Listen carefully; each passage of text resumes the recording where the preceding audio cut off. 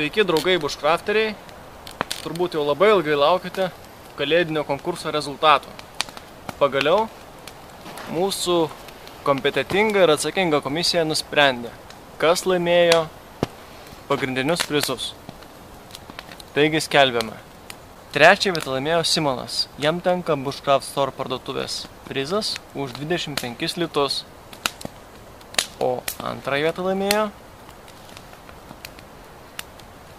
Gitanas už savo reportažą apie ilgąjį taigos laužą.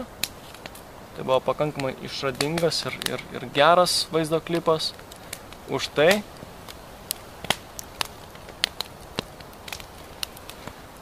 jam skiriamas 50 litų prizas Bushcraft Store parduotuvėje.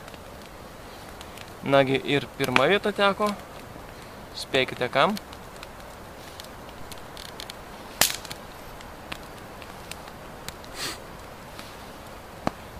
Ogi Kristupui už jo reportažą apie dėklo peilių gaminimą iš PVC vamzdžių.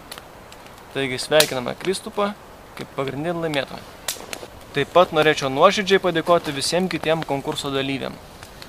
Kadangi vardų mintinai neprisimenu, tai paskaitysiu juos. Be Kristupo, Simono ir Gitano norėčiau padėkoti Andžejui, Remigijui ir Vidmantui, Tomui, Martynui Germanavičiui, Sarai, Airidui, Povilui, Andriui ir Martynui Kubiliui. Ir visi jie gaus dovanas iš Bushcraft parduotuvės. Kas dar neatsiuntėt savo adresų, kuriais jums reikėtų siųsti dovanas, tai būkit malonus ir atsiųskit kaip galima greičiau.